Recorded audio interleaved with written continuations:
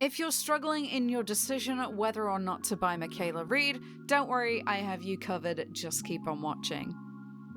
Hey there guys, my name is EarthToLydia and welcome back to another Should You Buy Dead by Daylight video.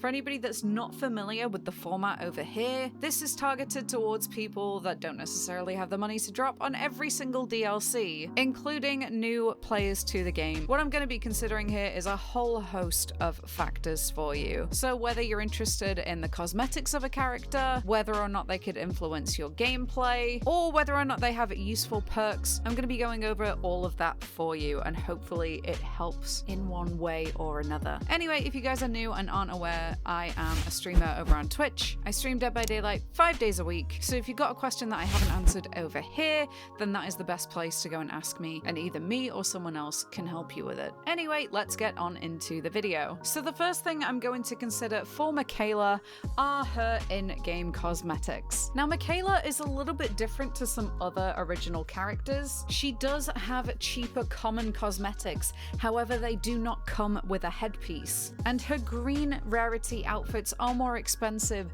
than other original characters. Why they've chosen to do this, I am not entirely sure, but that is something to be mindful of. However, considering that Mikaela is an original character, we can expect to see an awful lot more cosmetics coming for her more frequently, and also both her and her cosmetics can be bought with auric cells as well as shards. Mikaela's default cosmetics are darker in nature, however, she does have quite pale skin and very bright red hair, so I don't necessarily think that her default cosmetics are going to help you hide as such, especially not in the bulrushes of the swamp or some semi-tall grass. You should probably either be pretty confident at taking a chase or know how to hide well. She is also a louder character when it comes to her grunts of pain, and is a little bit easy to discern amongst the other in-game sounds. Therefore, again, she is probably not the best for somebody who's brand new to the game and wants to hide. Let's move on to Mikaela's Teachable Perks. First of all, when you reach level 30 in the Blood Web, you can unlock Clairvoyance. So after cleansing a totem, Clairvoyance will activate. When empty-handed, you can use your active ability button to unlock aura reading potential. This will allow you to see the auras of exit gate switches, generators, hooks, chests, and the hatch. All of this is done within a radius of 64 meters and lasts up to 10 seconds. Now you'll see why in a little bit, but Clairvoyance I actually think stands out sort of like a sore thumb in comparison to her other teachable perks. While all of her teachables revolve around totems, Clairvoyance relies on you cleansing totems. Therefore, this does have good synergy with perks such as Inner Healing, Small Game, and Counterforce. These will allow you to locate totems faster, as well as cleansing them faster and using them in your kit to benefit you. This can be a good perk to use on new maps as and when they are released, to familiarize yourself with where some of the spawn points are. For example, on a map like RPD, it is very large and convoluted and hard to wrap your head around if you've not played the Resident Evil games. Therefore, Clairvoyance will help you to locate gens, or alternatively, hex perks. It is worth noting though that you cannot use this with items. So if you are newer to the game or prestiging a character and you want to be bringing items in with you, you might not want to do that while running Clairvoyance, as you won't be able to use your perk.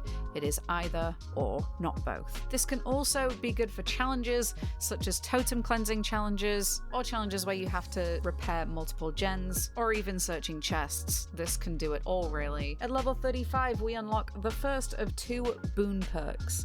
This is Boon Circle of Healing. Now for Boon Perks, you have to locate a totem on the map and complete a short animation to bless the totem, which then allows the perk to activate within a certain radius of that totem. It is worth noting that the blessing action does take longer against hex totems, so you can use it to replace a hex totem, but it will take you more time. You will know when you're within a boon's radius because there will be a blue circle and you will have a blue border around your screen to allow you to know, as well as a little pop-up icon to let you know that you are within the radius of the boon totem. Survivors inside the boon totem's range will get 100% bonus to all healing speeds with Circle of Healing. You can heal yourself without needing a medkit at 50% of the normal healing speed, which also benefits the healing speed bonus, boosting the self-healing speed to up to 100%. It's worth noting you can only bless one totem at a time, and therefore all of your boon perks will be attached to the one totem. This is a very, very good self-healing perk, but you do need to be familiar with totem spawns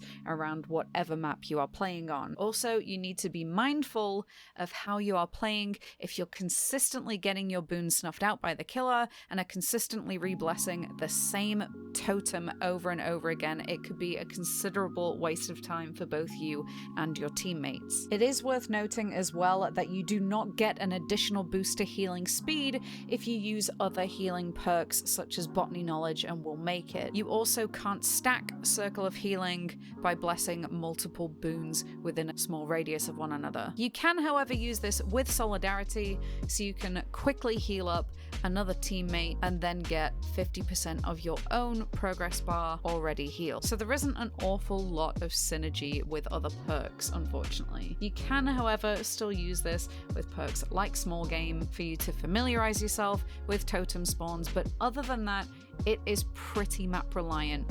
If you're going for totems that are wide out in the open, it might be easy for the killer to snuff out, and therefore you might not necessarily get the benefits. Alternatively, if you're on a map where the totem spawns are extremely difficult to locate, there is a good chance that you can't even use this perk. So it really relies on you having good totem spawn knowledge already. And at level 40, we unlock Boon Shadow Step. After you bless a totem, scratch marks left inside the boon's totem range will be suppressed, as will all aura reading from the killer. Both effects linger for up to 4 seconds after leaving the boon's totem range. This means that if the killer is running a perk like Barbecue, your aura will not be shown to them. Also, if you're against a killer that requires a lot of line of sight and you break that line of sight, it might be very difficult for them to locate you again. For that reason, I would say that Shadow Step actually pairs really, really well with some other perks such as Lucky Break and surprisingly No Mither. Now you might be wondering why, and that is because you do not leave pools of blood with No Mither, and for a certain amount of time with Lucky Break as well. Again, this will require you to be pretty competent when it comes to looping already, as if you just run over to a portion of the map where you've blessed a totem, but everything has a very good line of sight, you are not going to see a benefit to this perk. You've got to be a bit more tactical, and you've got to be a bit more confident to really get full value out of it. Therefore, who do I think that Mikaela is suited towards? Personally, I do think that you need to have quite a bit of knowledge in the game to get the full value out of Mikaela's perks. Her perks also benefit the most when paired with a lot of teachables from other characters, which requires you to already have them unlocked and therefore quite a bit of playtime under your belt. Therefore, I wouldn't really recommend her to beginners or even people at a fairly casual or like low intermediate level. I do think the people that will benefit from Mikaela in all of her regards are the vets and the more competent players. But if you want to tell me your thoughts, if you disagree, feel free to let me know in the comment section below.